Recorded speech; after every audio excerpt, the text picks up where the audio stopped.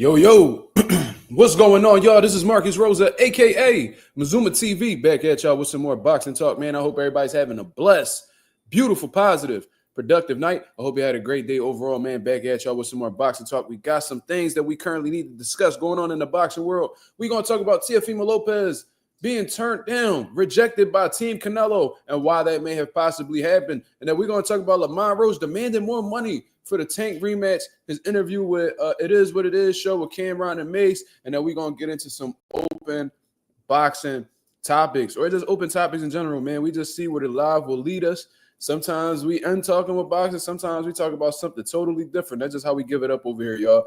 Hit the like button. We got 3 people in the building so far with a few comments, man. Shout out to everybody that's in the building that has been supporting the channel. We on a hell of a roll with Mazuma TV, man. We got some big things in the works. We just hit 2710. You feel what I'm saying? So we on the way to 2,800. About to hit that 3K mark in due time. Shout out to the nation and the mob for making this possible. You feel what I'm saying? Shout out to my boy Tahiri Scott with the first comment of the day. He says, "What's good, Mark? I'm chilling, bro. I can't complain at all, brother. You know what I mean? Everything is well. Even, through the negative shit that's going on, we continue to persevere. You feel what I'm saying? Just keep doing what we're doing. Just live every day. Take it one step at a time. Every day is a new step. One step at a time. Just get through the day. You know what I mean? Be blessed that you content that you still alive, that you still on here on earth. You feel what I mean? And just continue to live to the best of your ability. You feel what I'm saying? Shout out to the boy Coffee Plant in the building. You feel what I'm saying? We got some good shit going on, man. We got some things that we currently need to discuss going on in the boxing world. You feel what I'm saying? But before I do all of that, let me upload this short real quick. There's a lot of front runner in him. If you push him, I'm gonna put up this clip real quick, man. Shout out to Mazuma TV Clips for putting together the TikTok for me. You know what I mean? He told me to put it up, a little bit during nighttime because it pop off a little better, get more attention. Boxing expert, what up? He said Mazuma Mob, absolutely. Shout out to everybody that's been copping the merch. You know what I mean? On the website, I seen we had a few orders, but unfortunately, there's like some type of delay going on with the, the processing and the shipping and all that, man. So just stay patient, y'all. And if things, if y'all a little bit unsatisfied with what's going on, my apologies. Feel free to, dispute the charge or whatever the case is. You know what I mean? I can't really help what they're doing. All I do is create the, the merchandise on the website. Their Teespring is responsible for making the shirts and shipping out the shirts. I have very little to do with that process because, if it was up to me, y'all would have got the merch by now. You feel what I mean? But some things are going to be changing. Eventually I'm going to start making my own merch and shit. So, it is what it is, man. My apologies, but shout out to everybody that's been, supporting and staying patient. You feel what I'm saying? Every day is a blessing. That's a fact. Being younger and, taking shit for granted, you don't really appreciate the days that, you have on this earth. You feel what I'm saying? So, as you get older and especially when you start looking for other people, AKA like your children instead of yourself, man, you get to realize that each day you wake up is an opportunity for you to be a better father, be a better person. Be a better partner, be a better friend. Be a better coach, be better at whatever your passion is. You feel me? Beth Annual, what's going on? Let me type up this title real quick.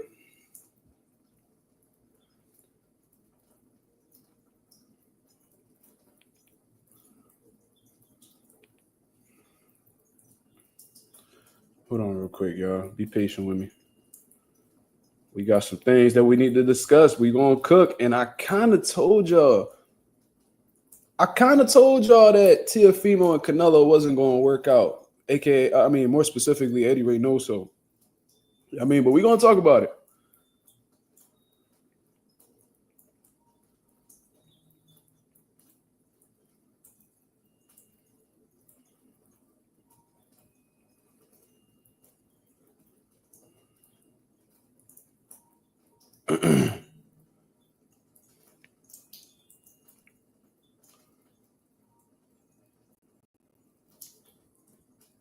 All right, we good. Kind of told y'all. This shit. And then, I got to thinking about it. You know what I'm saying? Shout out to Junior Senior, the cokehead that likes to put, cocaine on his genitals and, put cocaine in his partner's cervix and shit like that. You know what I mean?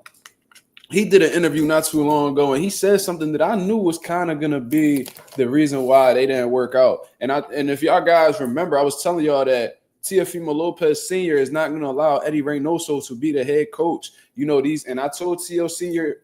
to him, I told him personally that you lived through your child because you wanted to be a boxer at one point in time, but you got caught up in alcohol and drugs. You know what I mean? You ended up not being shit. You probably don't even have half of what the fuck your son has. So, you know what I mean? You decided to just be a trainer instead because you was a bum ass nigga in boxing. You was caught up in the streets.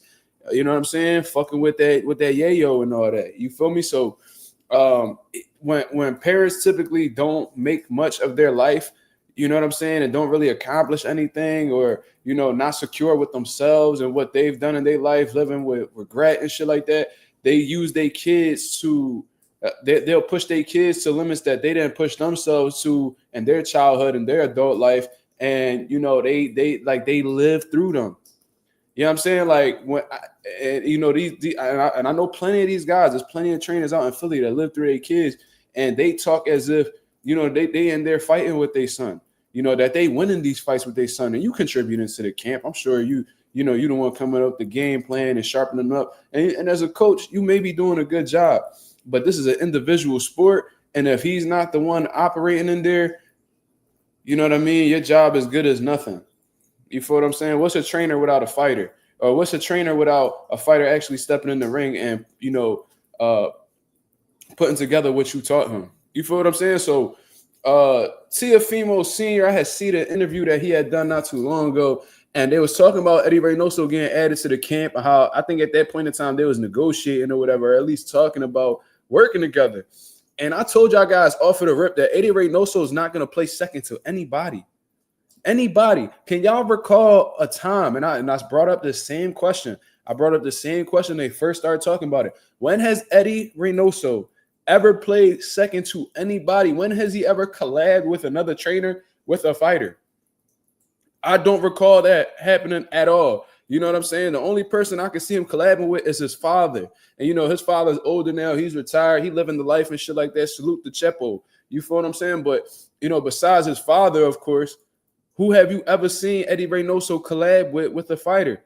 You know, Eddie Reynoso is one of the biggest names in the business when it comes to coaching. He has accomplished multiple feats, you know what I'm saying, because of, you know, how he's worked with Canelo Alvarez. You know, this man has made millions of dollars. They even said it like on I think it was like a HBO 24/7.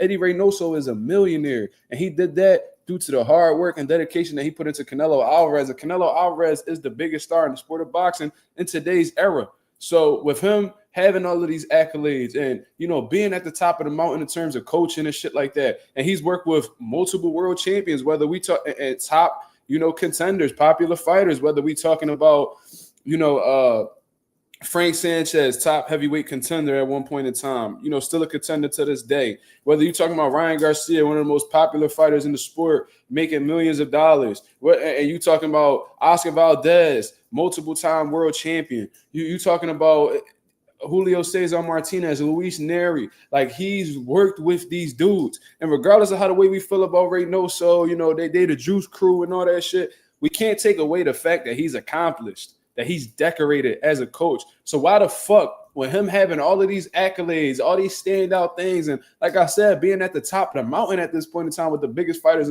with one of the biggest fighters in the world, why the fuck would he play second to anybody? This ain't really an ego. I mean, you could look at it as like an ego thing. You could look at it as, oh, Reynoso need to be humble. All this shit. No, Teofimo Lopez Sr. has to be humble and realize that he's not on the same level of coaching as Eddie Reynoso. You want to know how I know? Because Teofimo Lopez Jr. voluntarily attempted to add Eddie Reynoso to his team. So what does that tell you?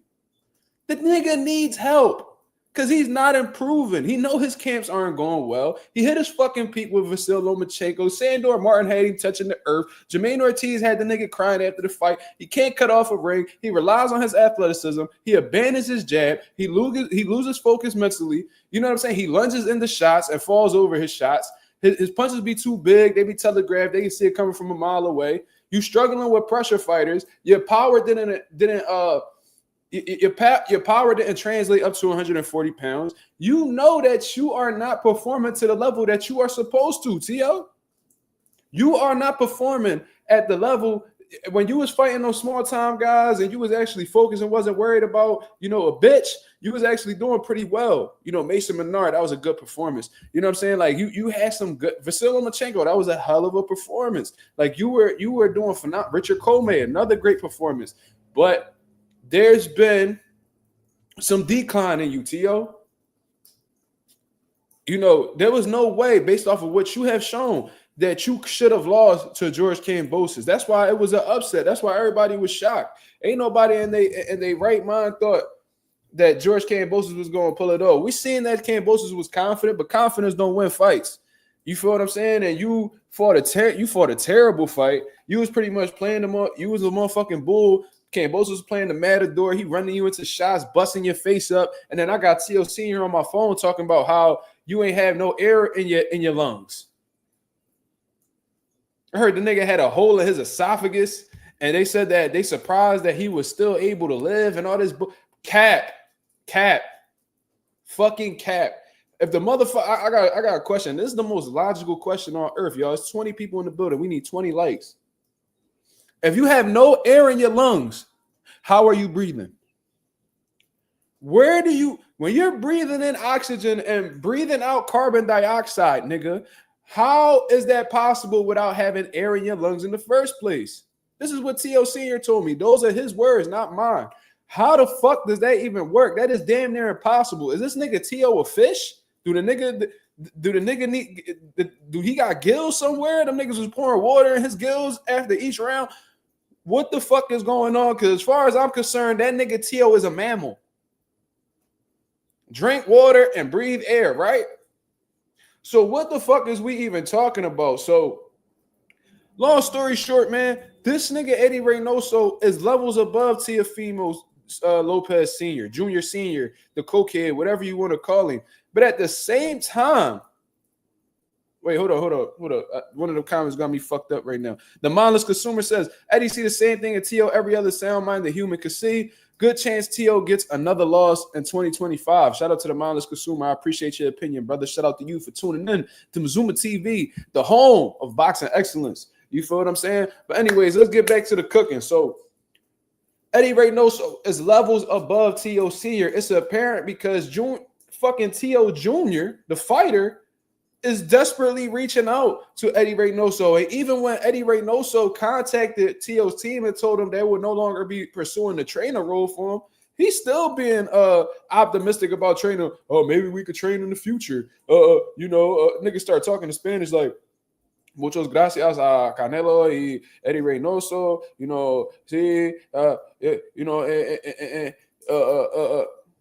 Shut the fuck up, man.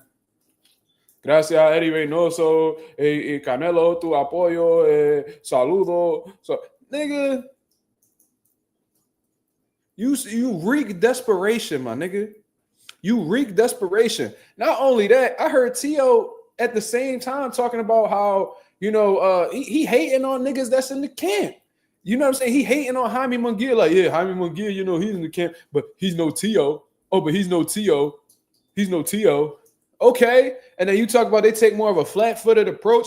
Okay, if they take more of a flat-footed approach and you're not a flat-footed fighter, why would you care to indulge in training with them? Why are you so hell-bent on training with these niggas if you just made it clear in that Sean Porter interview that their style is the complete opposite of yours? It sounds like a recipe for disaster. You having the style that you have, the athletic, you know what I mean? You could bounce on the toes, pause, and you fast, you got good reflexes, fast twitch muscles. Why don't you gravitate or at least look for a coach that caters to those abilities? Why don't you do that?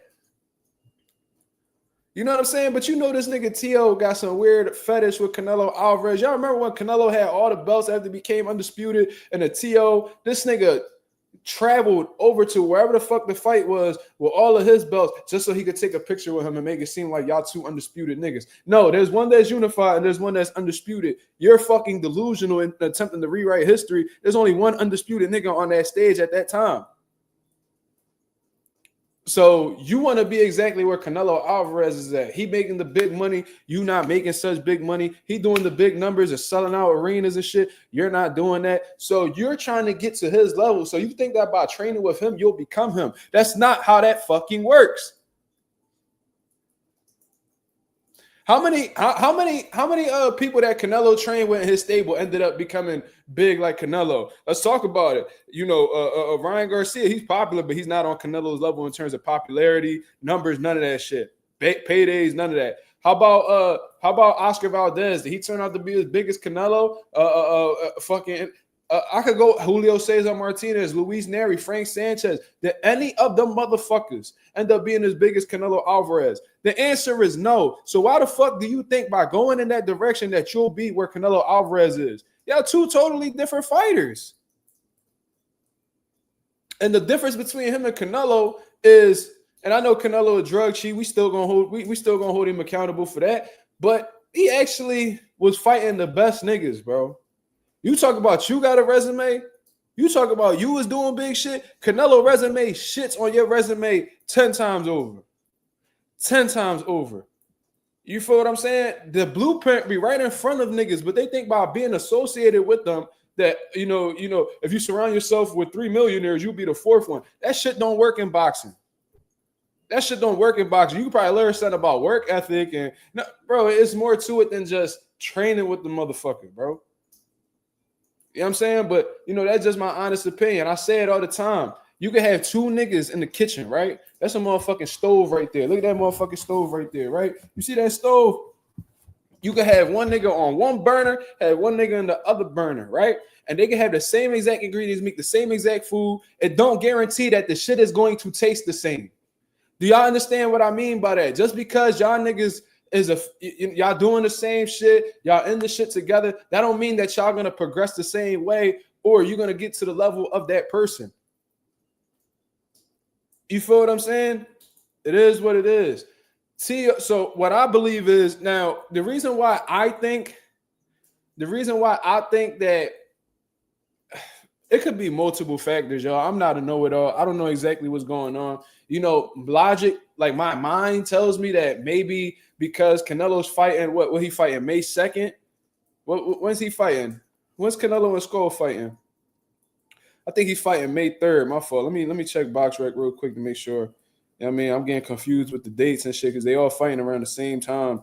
So, okay, so Canelo's fighting May 3rd, right? Jaime McGee is on the same car. So Eddie Reynoso got two motherfuckers that he's preparing for the same car. He's going to be working two corners and two nights if he doesn't have anybody else on the car.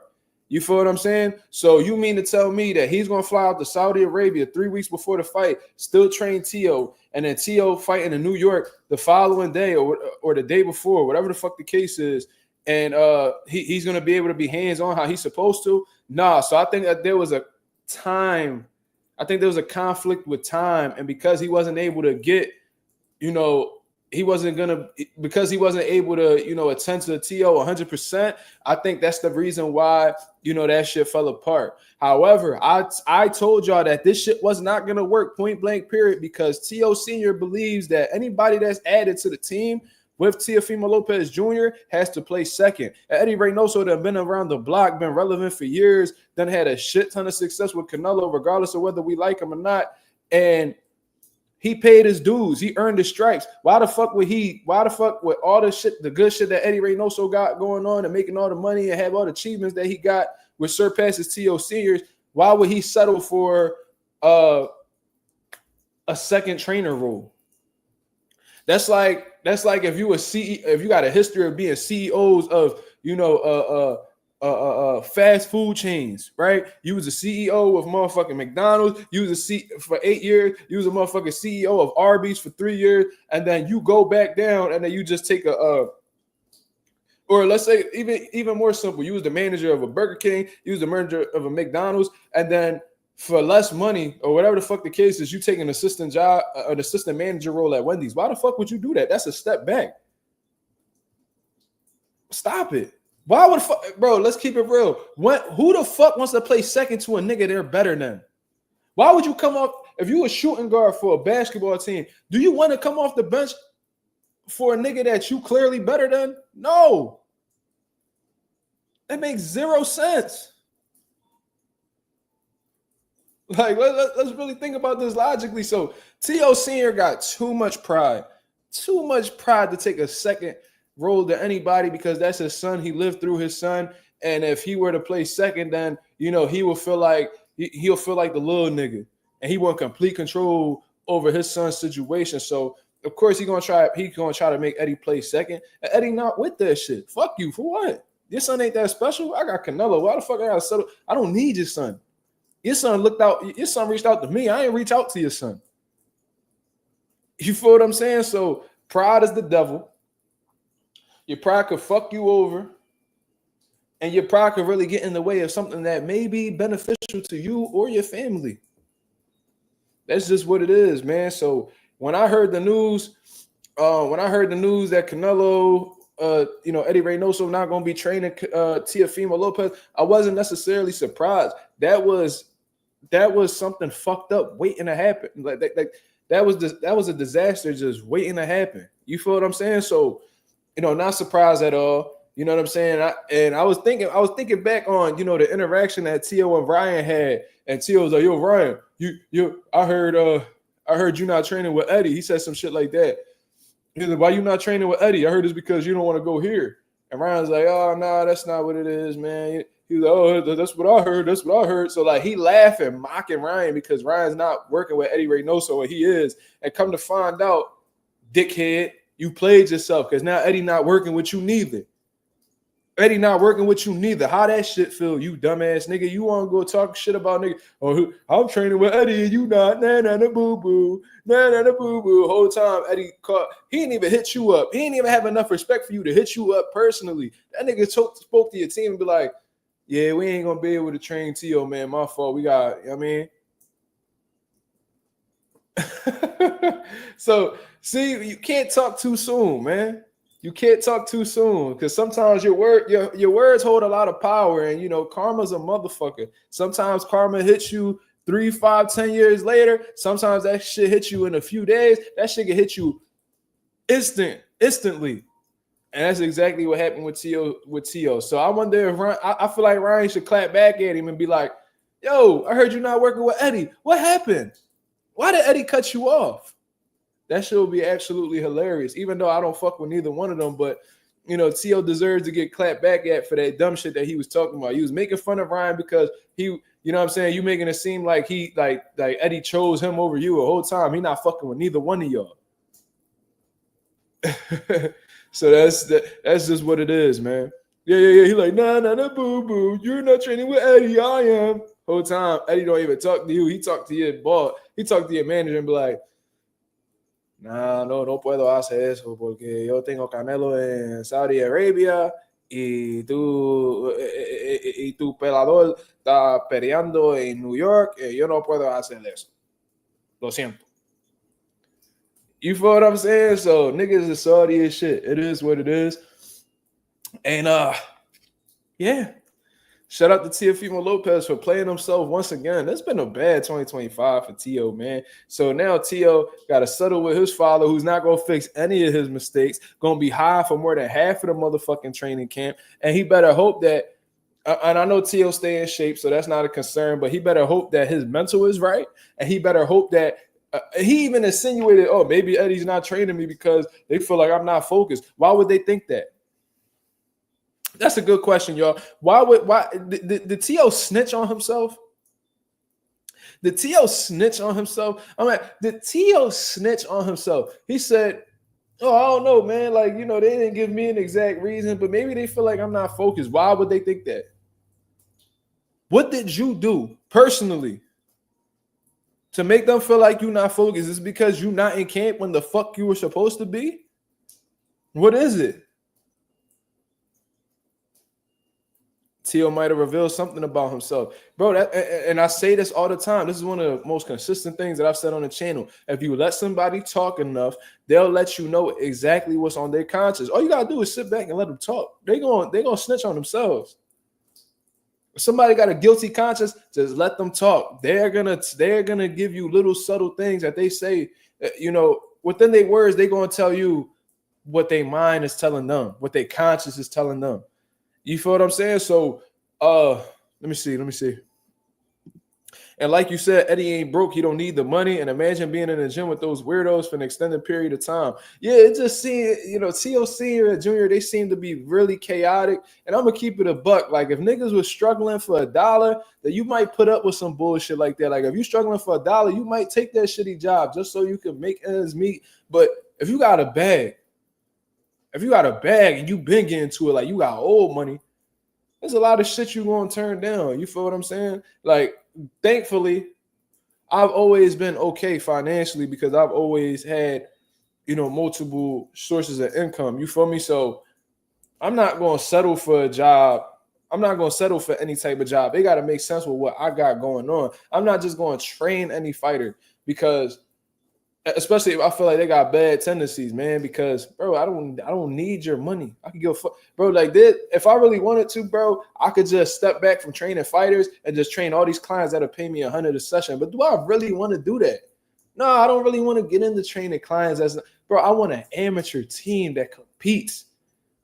You feel what I'm saying? I don't. So when you comfortable in your financial situation, there's a lot of shit that you would turn down because it disrupts your happiness.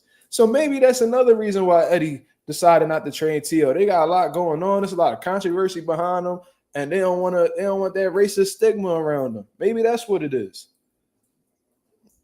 You know what I mean? But T.O. definitely telling on himself, because if you was genuinely focused, then you wouldn't even think that was a possibility as to why he not training you no more. You know what I'm saying? Let me see something real quick. I see there's a few comments that I didn't attend to.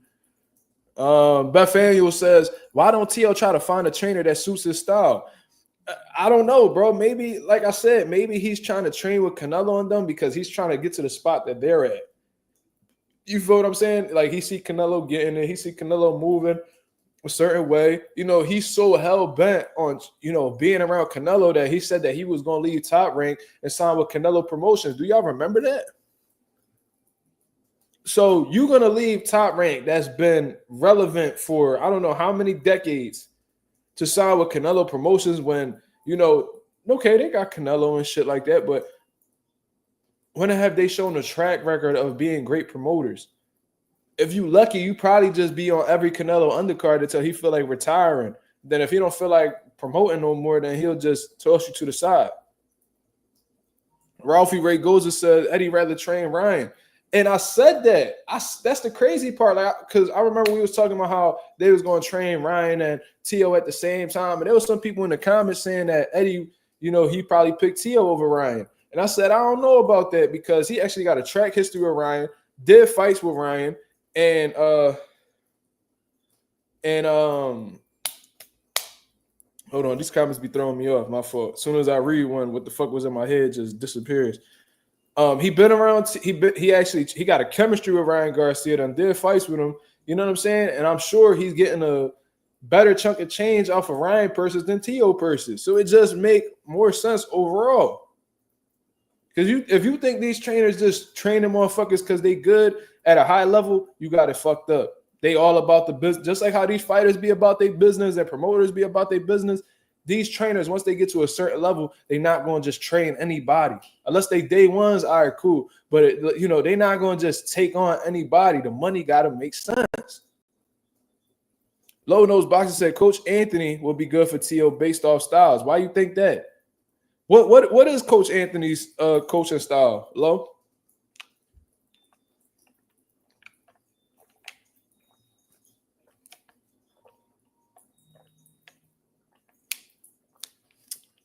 I'm not saying you wrong. But what is Coach Anthony's style of coaching? Is he big on athleticism? Like what is it?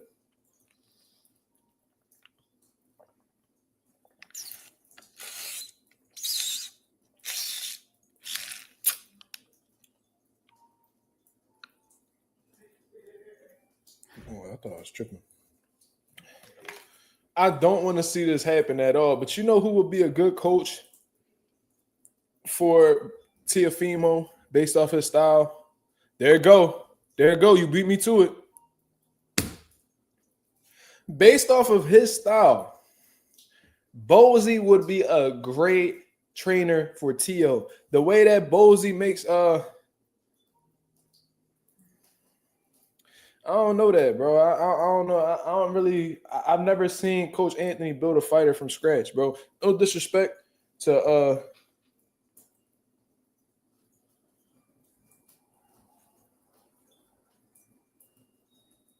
hold on.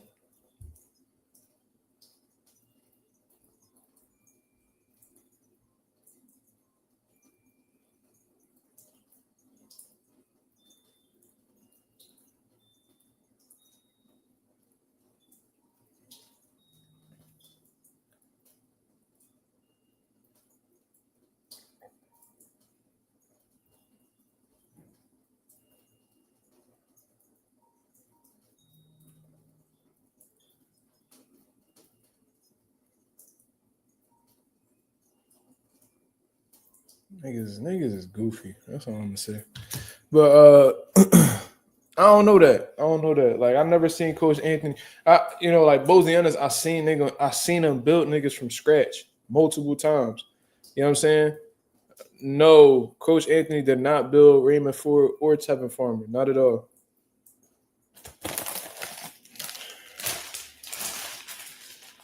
He didn't build neither one of them. No, like I said, no disrespect. I don't know Coach Anthony, but I know for a fact he didn't build Tevin because he was with Coach Chino on his come up, and even Rasheem used to work with Tevin. I don't know exactly who started Tev, but Raymond Ford used to get coached by Coach Reg. Coach Anthony came around for a little bit. He was only working with Ray for a little bit before Ray ended up going with Shakur and them. So to answer your question, no, Anthony didn't build Ray Ford or Tevin Farmer. If he did, you would have a case. But Bozy is big on. He's a little bit of everything. He like to have his fighters fight on the inside and keep their defense sharp. Keeping a good jab, creating angles, and a lot of his fighters are athletic. Whether we talking about Jerron Ennis, Stephen Fulton, we got Tamir Smalls that a lot of people gonna be hearing about eventually. Christian Cardo, who's fighting on the same card as Jerron Ennis, he's built the same way. He has a good stable of fighters that have a good combination of speed, fast twitch muscles, punching power, defensive awareness. You know what I'm saying? I think that Bozy would be a really good fit for Tio, but at the same time, nah. Boots don't know how to cut off a ring. That's funny. You think Boots and Tio got the same problem? That's crazy. I disagree, but it is what it is. He said Derrick James like coaching racist. That was disappointing, man, because I took a lot of things from Derrick James, like style of coach, and I love how the way he did pad work. How he had his fighters. It wasn't like he had his style and it was real effective. Like I like the fundamentals that he used to instill in his fighters, and not wasting much energy. And when you throwing your shots, you making them count. Just consistency, body punches. It just Derrick James is a great boxing mind.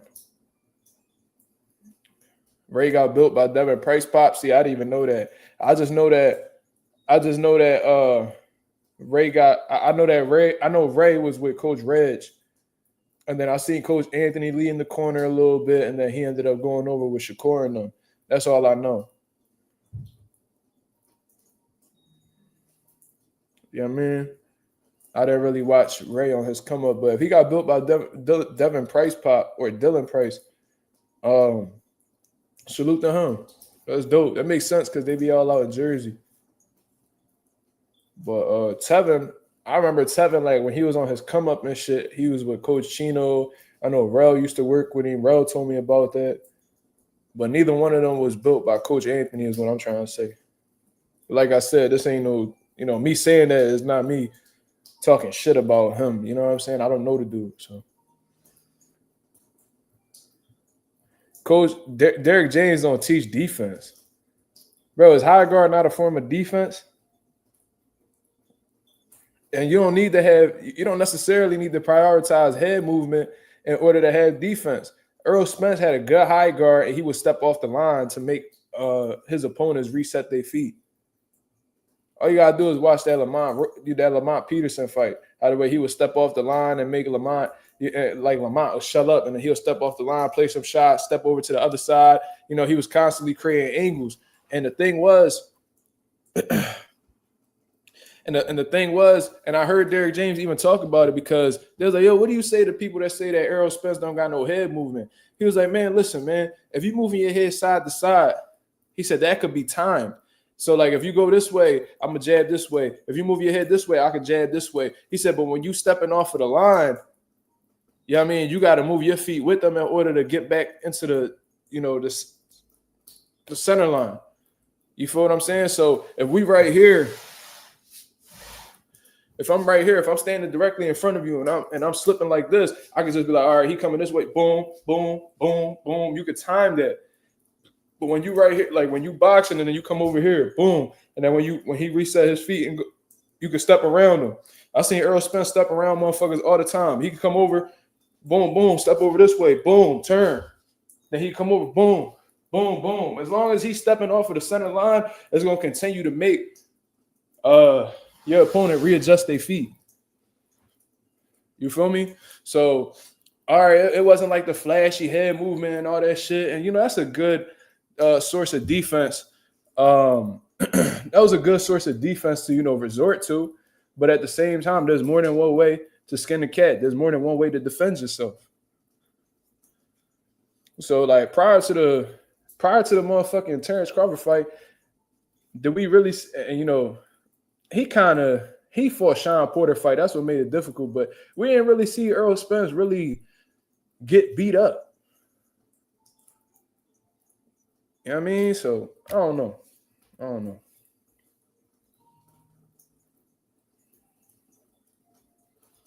Mustafa from Atlanta is decent. I like how he's big on the drills. He's big on the drills, Mustafa, and you know, he teaches a lot of like old school tricks. You know what I'm saying? Like, not too many people. When I teach my fight, what I do is, bro, every fighter is different, right? Every fighter is different. So you might have the dude who got a good high guard, but he not good with the head movement. Then you got the elusive motherfuckers who, you know what I mean, like the slip shots with their hands down. And you know what I'm saying? What I do is I teach them multiple ways to defend the shot, and whichever one they gravitate towards, that's part of that. They can add that to their identity as a fighter. Because one of the biggest things that a lot of fighters have trouble with when they're on the come up or trying to develop as a fighter is identifying who they are. What are they good at? What are they not good at? What are their strengths? What are their weaknesses? You feel what I'm saying? So I got athletic fighters that like that their feet is their first form of defense. Then you got ones that sit in the pocket with you and catch and counter. Then you got ones that slip and counter. You know, we got fast southpaws. We got short brawler type motherfuckers, niggas with long reach that they want to is they bread and butter. You know what I'm saying? We might have a little dude who got a nice little hook to the body. You know, you got the ones that don't throw many punches, but when they throw them, they sharp. And then you got the motherfuckers who could throw 100 punches around. You know what I'm saying? I don't train all of my fighters the same. So, like Coach Mustafa, he big on the old school little crafty tricks. So, like, for example, I'll be seeing him do defense drills where they catch the jab, cross block the right hand, and then he'll come off with a combination. Beautiful work. I like that. I teach my fighters that too. I teach them how to cross block the jab, even cross block the right hand. Make sure that they lowering their center of gravity and punching off in combination to discourage that person from continuing their offensive, streak. You feel what I'm saying? It's a lot of shit. I learned from Coach Mustafa, one of his old videos, how to neutralize somebody's head movement. I wish I had somebody in front of me right now. Pause. But like, you know, let's say you got somebody who's slipping and countering against you, right? They slipping and countering. What Coach Mustafa was teaching his fighters was when a motherfucker, like if you throw a jab and somebody slip it, keep that right hand on their neck. So when they try to come up, it disrupts their momentum to throw that counter shot. So if I'm slipping, boom, boom, and I try to shoot that, if somebody throws that lead hand and they just keep it there as a way to defend themselves from that right hand, the fucking lead hand gonna be stuck on my neck, and it's gonna fuck up my momentum when I'm coming up to slip with to counter with the right hand. You know what I'm saying? So Mustafa, he got a lot of tricks up his sleeve, and he bringing back that old school type of training, and I fuck with that. I like the new style too. I think that fighters are, I feel like, every couple eras fighters are, evolving and, partaking in different things, but there's not many things that beat the old school style, bro. Like it's a lot of crafty tools. Even the cross block. I remember I seen Miguel Cotto doing that shit, defending himself against Canelo. Canelo would throw his shots. He'd bring that joint up right here, block. I seen George Foreman do that. I seen him teaching that shit too. You know what I'm saying? Spence was getting touched up against Porter because he was fighting Porter fight. I think that Earl Spence went into that fight trying to prove something instead of just being himself. I think that if he would have been himself, jab first, place his shots to the body and just being active, just being who Earl Spence is, I think he would have defeated Sean Porter a lot more clean, in my opinion. But it was like, I think he just wanted to trade fire with fire. I think he just wanted to be like, whatever you do, I could do better than you. And sometimes that could fuck you over, but Earl was able to get by just a little bit, man. That was a competitive fight.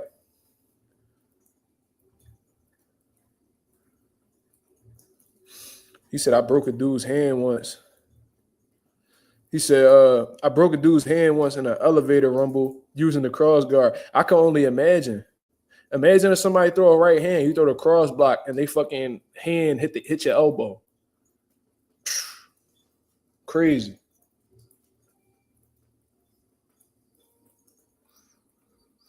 Shout out to my boy G-Bo with the $5 super chat. He says, hey, coach, don't give him too much for free, man. Man, listen, that's funny as shit. I see what you're saying, but, I never really get into the coaching perspective. I just like to keep it, from a fan standpoint. You feel me? But there's a lot more that's to be taught. There's a lot more that needs to be taught other than that. I could give y'all that, but there's so much more y'all missing. And if y'all would like to, I might just do that, man. I might, like, whenever a big fight coming up and shit like that, and I brought it up previously, like, do like my 3 keys, the victory type John, have somebody in the ring and, show what fighters could do to improve their chances of winning, what to stay away from, shit like that. I could probably do that shit with Terrence Crawford and Canelo for real. Yeah, like I see, like, I remember Showtime used to do that, like keys to victory. And then, like, they'll run it through, like, oh, he needs to use his jab. He needs to stay off of the ropes, land that check hook, like shit like that. I would like to do that, but my own version of it. I got to come up with a different name for it and shit like that. You feel me? So we'll see. Cotto used that cross guard because Canelo. Hold on. Let me get my charger, yo. My phone, my computer, my laptop about to die.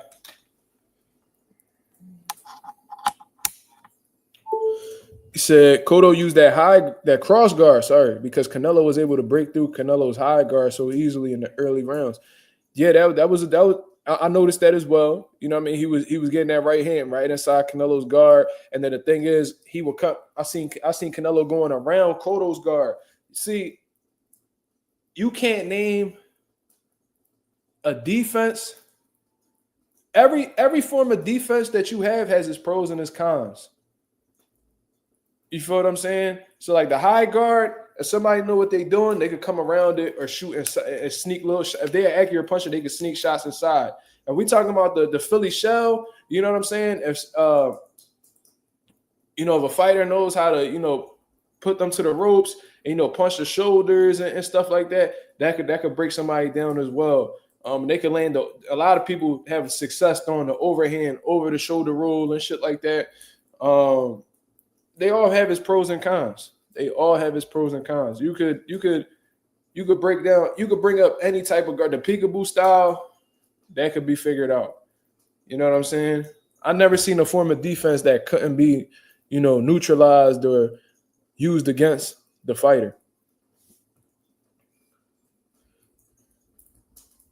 Does anyone remember Friday Night Fights that Teddy used to beat up that one Mexican dude in the analysis? Yeah. Teddy Atlas, I always thought that he was a bit overrated because I feel like he never built no fighters from scratch. But he was definitely knowledgeable. Like, he came from some good schooling. You feel what I mean? And he knew what he was talking about. And, he gave great instructions. He had great analogies and stuff like that. But I used to like to listen to him talk boxing. I ain't gonna lie to you. I used to, like, very early on, I used to listen to his podcast and shit.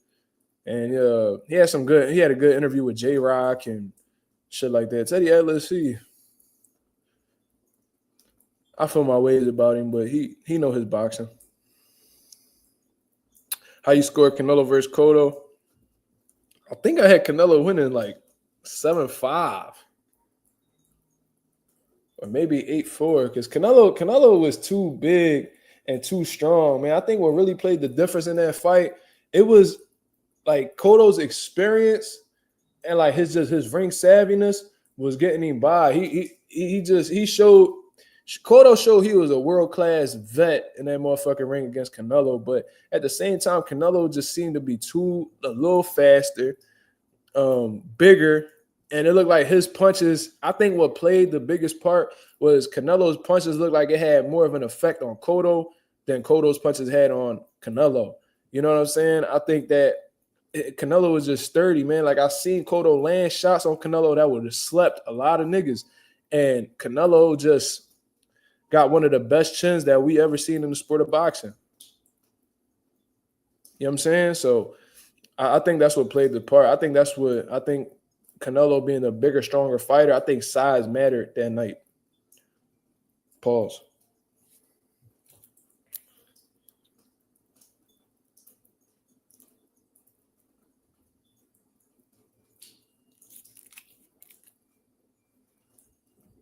You shipped out to the Air Force, basic training the very next day. Damn.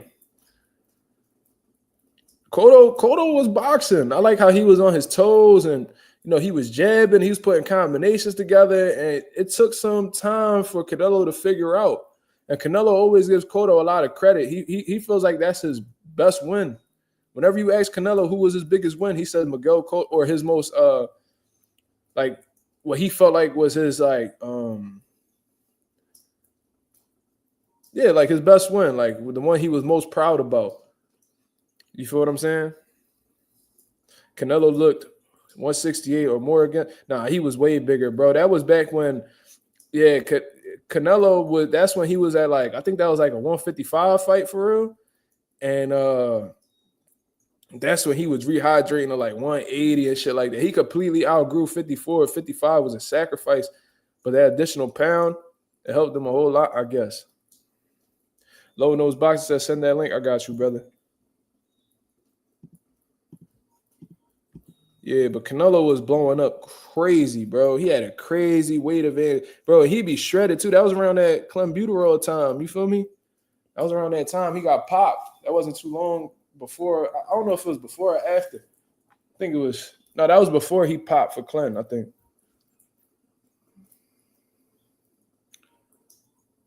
Yeah, hit the likes, y'all.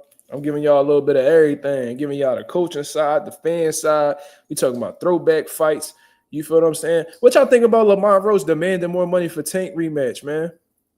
I think he deserved that, man. I ain't gonna lie to you. I think Lamont really showcased how skilled he was and how much of a competitive fight he had with Tank. I think they should pay that man. Yo, what up? What's good? You know what's crazy? I was actually picking Cotto to win that fight because up to that point, I wasn't really too high on Canelo like that. I looked at Canelo as being a flat-footed, overrated fighter at the time. I was going based on what Floyd did, and at the time, I was so hyped off seeing Cotto demolish Sergio Martinez, and then he turned around and destroyed Daniel Gill. Remember that? Yeah, that was 2 fights back-to-back at 160.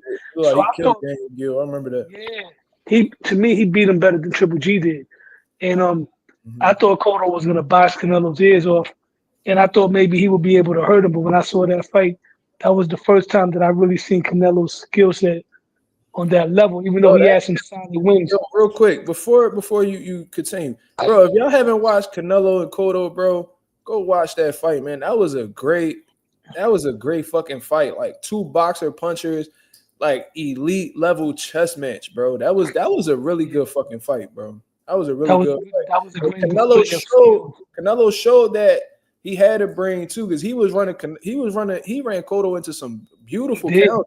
He actually outboxed him in that fight. You know what I mean? And, Yeah, he slipped, shot the right hand it looked like it rocked Cotto a little bit. He did the pull counter, but instead of the right hand, he shot the uppercut, rolled underneath, had Cotto was a Cotto little missing. weird though. You know what I noticed about Cotto? Sometimes there'll be some fights where his chin will look real sturdy, right? Like against Canelo, his chin looked sturdy. But then you see him get rocked against guys like Saddam Ali. In lower weight classes, he got rocked by Chop Corley. He was put down by Manny Chop Chop Pacquiao. could punch though. Chop Yeah, Chop he could did punch. rock Floyd though. Yeah, he did. But And Torres so, could some, punch too. Zab Judah was sneaky. sometimes a loss could even add I to your seen Floyd legacy. hurt Cotto too. Yeah, he did with the uppercut in the 12th round. Yep. Yes, he did. Some sometimes a loss could also add to your legacy. Also, just the fact that he lost a gallant fight, right? A close competitive fight to a bigger guy in Canelo, and then we see what Canelo turned around and did. Cotto put a better fight than most of the dudes that Canelo been beating during his little run, with the exception of the Bivol fight and maybe the Caleb Plant fight. Cotto put a better fight than Billy Joe Sanders. He did a better fight than Caleb Smith. He did better than Belanga. And these are all bigger dudes. And Cotto, mind you, fought a prime Canelo. He was competitive for 12 rounds. Yeah. That was a That's a good testament to fight. his greatness. Yeah, I think that Canelo showed how witty he was. So he was matching wits with Cotto, and I think what really fucked Cotto over was the size advantage, bro. Like Cotto ain't really had no business at 60, bro. Like he was a small 54 to be honest with you, but his power was carrying over to them higher weights. You feel what I'm saying? So he was able to get away with it for a small amount of time. But Canelo's size and his punch resistance, bro, I think that really fucked Cotto over, bro. I seen Cotto land shots on Canelo that would have hurt, dropped, stopped a lot of motherfuckers, bro. Like I said, Or at when I least seen him put down on the Gil like that, huh? when I seen him put down Daniel Gill, I'm like, oh, he's gonna beat Canelo. And then I seen how he beat. So for me, the Sergio Martinez win got to be not only one of his top five biggest wins, but one of his best performances as far as his whole skill set. Like he destroyed him, he dismantled him. Even though people say Sergio was old, he had a bum knee. Cotto was still an underdog going into that fight. He was. There was a lot of people, bro. I was hearing Puerto Ricans, bro, saying Like I said, Sergio was I gonna was fuck nervous for Cotto him. up and all this shit. Bro, it was Puerto Ricans that was saying Cotto was gonna lose. I was nervous for him going into that fight. That's how you know when one of your favorite fighters is fighting and you're a little nervous, like damn, they might lose. That was one of those fights that that I had for Cotto. Cotto had a lot of fights like that because he fought everybody. He's not like today's fighters like your boy your man Tank Davis. He just turned Lamont Roach That into boy, the that's funny. you know what I mean. He just turned Lamont Roach into a nemesis. That was a cherry pick gone wrong, and now that's Speaking of Lamont Roach, he just did an interview with It Is What It Is with Cam and Mace. yeah. And he was talking about how he's demanding more money for the Tank rematch. You think he deserved that? Why not? I mean, why not? Why not? This is going to be the biggest fight. He literally turned out to be the biggest fight for Tank's career, and I'm not talking about popularity wise, because Ryan was the dude as far as social media. But right now, this is the first real fight where there's a real threat. This is Javante's Frankie Randall to Chavez. You feel what I'm saying? This is his Antonio Tarver. So he's gonna have to show It says if he could. Castillo. No, not Castillo. Castillo, I'm gonna be real with you. That was an overrated situation. I saw that fight numerous times, and Floyd did not. That was not even a draw. That wasn't even that close. Like that, Floyd beat him. That was I the agree with you, but I'm talking about in terms of like people demanding the rematch and the second fight yeah, being bigger than the first fight. yeah. But you know, yeah, man. Like I said, Tank is gonna have to show if he can make an adjustment. And in that fight, he showed mental weakness. He looked like he was trying to bite him, and Yeah, and he looks like he might have a little bit of no mas in him. I'm gonna be honest with you. bro, he showed it. And when I said He got the that, bully effect. bro, one of the shorts I put up went viral when I said that shit, bro. And niggas, oh man, how you say Tank got exposed? How you say Tank got exposed? And I'm like, bro, it's a simple question. You ever seen Tank look like that? You ever seen Tank go through that? Have you ever He's seen always looking Tank at the that referee. desperate where he resorted to them tactics? No. So of course he got exposed. He's always looking at the referee for help all the time. Like every time you hit him, he's looking at the referee complaining. Like little things like that, you got to look at. Yeah, bro. So And my opinion on it personally is, I heard Lamont Roach say before the fight that, they was giving him the same amount of money that they was giving him for a fight at 130, but he took the Tank one because it was a bigger opportunity. So he didn't even make, he didn't even make like this big bag that, people thought he would have made going up against Tank. A lot of people would look at Tank as like this big pay-per-view draw and shit like that, but obviously, they're not paying Tank's opponents all that well because Roach said he got a similar offer, or at least an identical offer over at 130 pounds. So if he's settling for, these average fucking bags and shit like that for this rematch is going to be way bigger. It's much more of a demand for it. It went from people not giving a fuck about the fight and calling it a cherry pick to people wanting to see them run it back. He was able to change the entire all the minds that was a part of the masses. You feel what I'm saying? Like they went from saying no to now demanding the fight. So because of that, the Lamont Roach, he deserves an increase in pay. Now I'm not he saying turned him pay him he what turned him fuck. into a full-blown nemesis. He Yeah, turned he so now turned they got a Lamont whole Roach into a rivalry. nemesis. You got to compensate Yeah. that man. You You feel know, what I'm this saying? rivalry was supposed to be with Loma, with Shakur, with Tio, with Devin. It was supposed to be with those guys. He just turned Lamont Roach into one of those guys, even though they're not one of those guys as far as how he touted. But at the end of the day, stylistically, he might be his kryptonite. He might be his kryptonite. He might be his Vernon Forrest. And we got to see if Tank can prove otherwise, because this is going to determine his Check place in this shit out. history. Check this shit out. Somebody by the name of Lamont Roach said Tank ain't get exposed. Devin get exposed, little dude. Go eat a steak. Like, what? Why y'all keep talking about eating steak? Why don't you go eat a dick and get off of my page? You name yourself Lamont Roach, but you ride and Tank dick. How that work? Y'all niggas is weirdos, bro. Pack him up. Pack him up. But anyways, yeah, man, short and sweet. Pay that man. You know what I'm saying? Pay that man. The second fight going to do a lot more sales than the first fight. I already know that. There's a lot of people that got this preconceived notion that, Roach might really win this next fight. They feel like he got Tank card. So if it's that much of a demand for it, he need to get paid more. So we'll see. They talking about they going to rumble at the end of June. And, they pretty much shamed. I ain't going to lie. They pretty much shamed Tank into taking this rematch, bro. He ain't even want this rematch next. He talking about, yeah, I wanted to be next, but it's not going to be next. Why the Yeah, fuck not? it was supposed to be Campbell Hatton next. It was going to be either Campbell Hatton, or they were talking about bringing out a former world champion named Abner Maris out of retirement. That's what it was talking No about. The Green fucking fight, way. Black versus Mexican. Bro, Campbell Hatton is fucking hilarious, bro. That's so fucked up that Campbell Hatton be getting fried like that on social media. All he want to do is Son of a box. legend, bro. And all I remember of him is being in HBO 24/7 with Ricky Hatton when he was when they were doing Yo, the he be when getting he had fried 24 on the net. And I'm like, bro, he don't deserve that. That's fucked up. But, I'm but telling you, I'm gonna talk him getting. He gonna get a big fight. I'm gonna talk that into existence. I've been talking that for a minute. He gonna get a fight with somebody. that's hilarious. He just took Somebody gonna throw back-to-back him. L's, though. He just took back-to-back L's. He lost one John. He rematched the boy and lost again. So what? That's Ricky Hatton's son. He's from the UK. They support their fighters. He a draw. You look at Cambosu. Cambosu is still living off that win. Still At getting least, fights. That's at least crazy. Cambosos became world champion, though. Campbell losing at Yeah, the but low he's still. levels. All due respect, I like Hitchens and all that, man. And I even spoke to him before. But come on, man, he should be giving Subriel that shot in Madison Square Garden, Puerto Rican Day, Puerto Rican. Nobody. I hope Camboso gets knocked out just to spoil the plans. I want Subriel to get the Hitchens fight. Bro, me too, bro. Like I feel like Hitchens trying to run away from that. He ignoring it. He not even trying to bring that shit up into existence. And that Kambosos for a first title defense is disgusting, bro.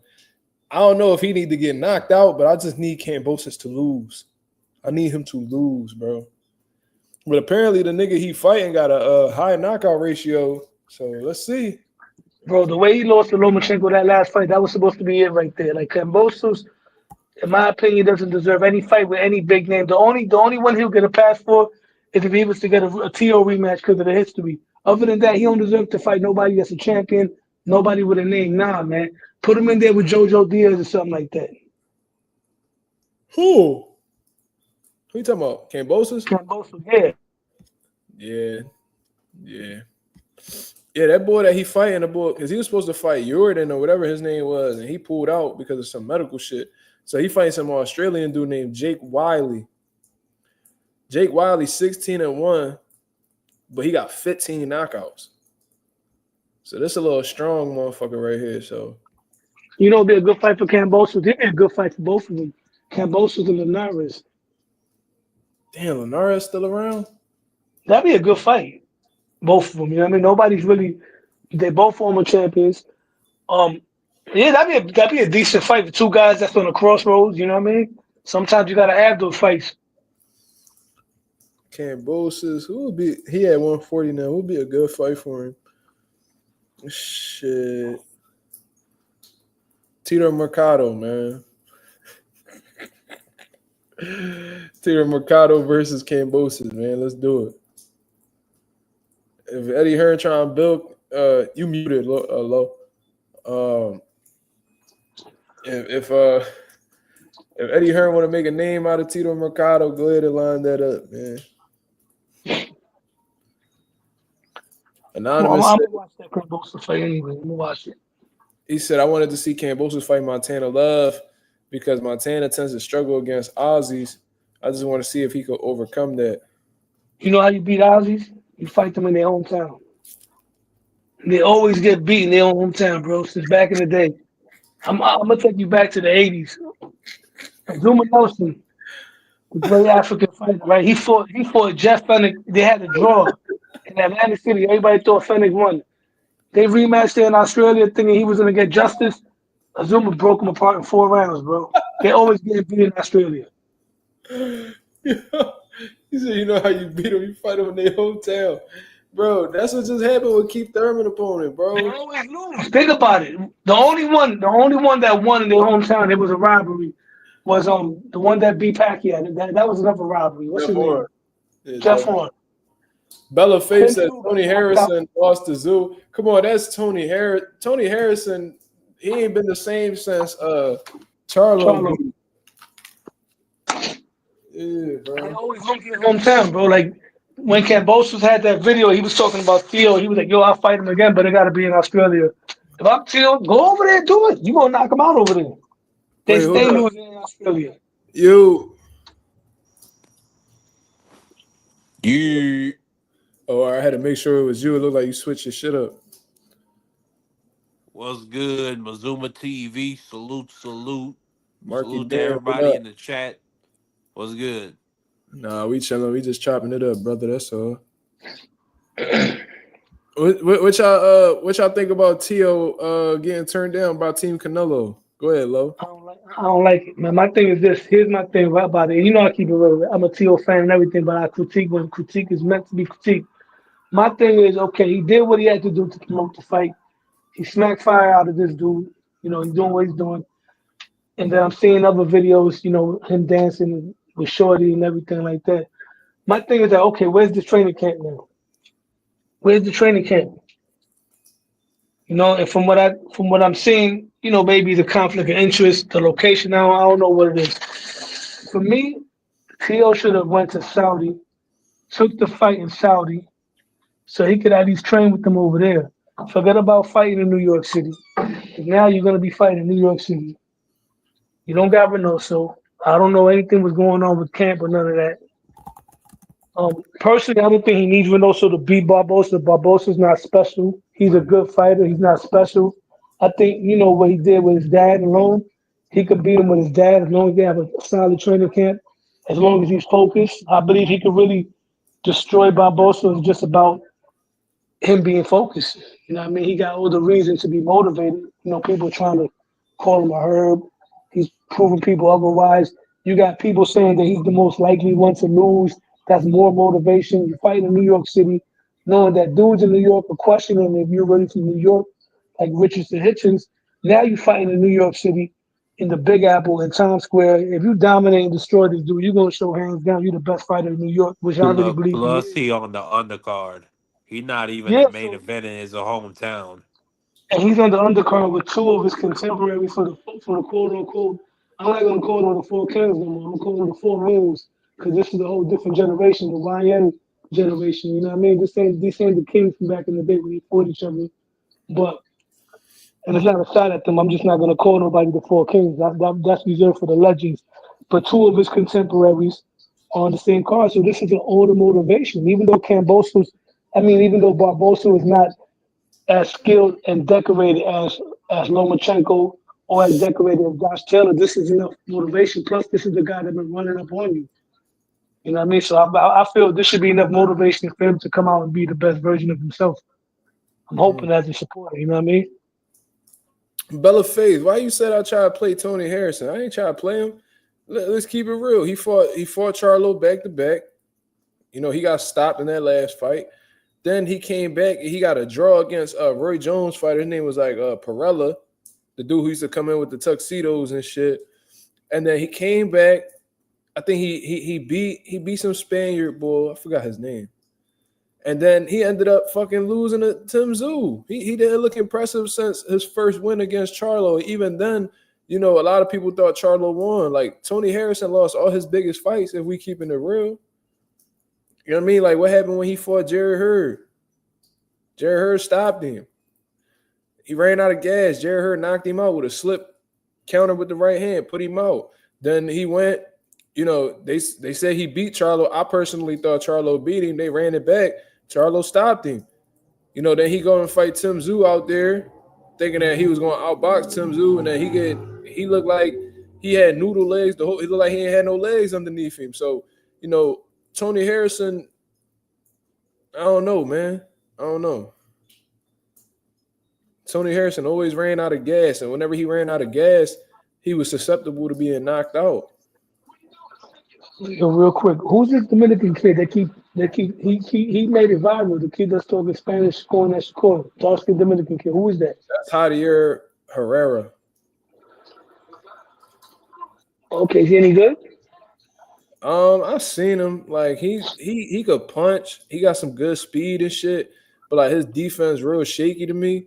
And like he not it for real. Like he and yeah, I think he need a lot of work before they start talking about him fighting elite guys. I was watching footage today for the first time of the William Skull dude that's gonna fight Canelo. Man, that nigga boring. He what? He's boring as shit. He boring. Hell yeah, William Next Skull. Yeah, man. he gonna run the whole night. It's gonna go 12 rounds. Yeah, He Herrera gonna is run. Cuban. Javier Herrera is Cuban. Who Oh, said I he thought he was wasn't? Dominican. You said he was Dominican. I didn't even hear that. No. I thought he Yeah, was Dominican. I'm not a spirit. All right. he looked like a Dominican though. He could pass for one, but he Cuban. But the William Skull is boring. But that's gonna go 12 rounds. He's gonna run all over the place. Canelo gonna be cutting the ring off on him. He's gonna win 12-0. That dude is boring, bro. What you think about that? You think he's any good? I didn't even get to watch him, bro. I ain't even gonna lie to you. Yeah. I had to watch that fight he just had with Shishkin, but Yeah. I haven't even, bro. I'm not. The thing is like, bro, I used to just watch motherfuckers all the time, but it's like, bro, if it's not a big fight at this point, like, why would I even care to I'm the watch it? same way too. You know what I mean? I'm the That's the same way type time I'm too. on. Like, believe it or not, and I'm a content creator too, just like you. There's a lot of fighters that I don't even know of like that, because I don't watch all the fights. You know what I mean? Some fighters I'm starting to watch now. Yeah, yeah. Shakur beat the shit out of Javier, but Next Gen Combat Sports TV says, man, Shakur turned into a track meet. I paid that bet though on God. What are you talking about? Oh, next gen, you went MIA after Edwin lost. Hey, didn't he come on the channel before? Is this him? And he was talking about how Edwin was going to knock out Shakur. Was that him? I think he bet Ree. Is he the one that bet Ree? Herrera actually a contender, but he's like top 15. Shit, he in trouble. That boy in trouble. He not ready for them top guys at 35, bro. Y'all got to sign off right now, bro. Son just came up. Y'all have a great night. Yes, sir. You have a good one, Lo. I appreciate you. No more, no doubt. Be safe. One. You said it was some dude in this chat. It was Ree. Marky Dan, talk to me. What's going on, brother?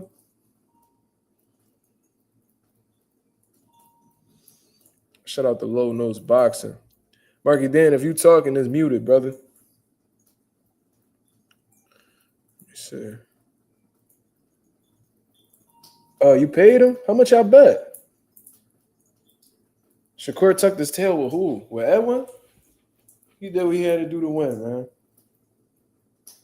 Shakur that type of nigga, bro, where he don't really care to appease me, you, anybody. He'll do if he got to make it boring in order to win. That's exactly what he gonna do. That boy Marky Dan, that boy out. You know what I'm saying? Yeah, I remember. I vaguely remember that. I remember him coming on here and betting Ree on the fight. You know, Ree like to gamble, so you know what I'm saying. But I think I'm gonna call it a night, y'all. I appreciate everybody that came through and showed love to the channel. I had a long day. You feel what I'm saying? So I'm gonna go catch up on some rest. We had some great conversations today. If y'all appreciate the content, if y'all appreciate the boxing talk, go ahead and hit the like button, y'all. This is Mazuma TV, the home of boxing excellence. I'll be back at y'all with another live tomorrow. Until then, y'all have a blessed, beautiful one. I'm out of here, man. Peace.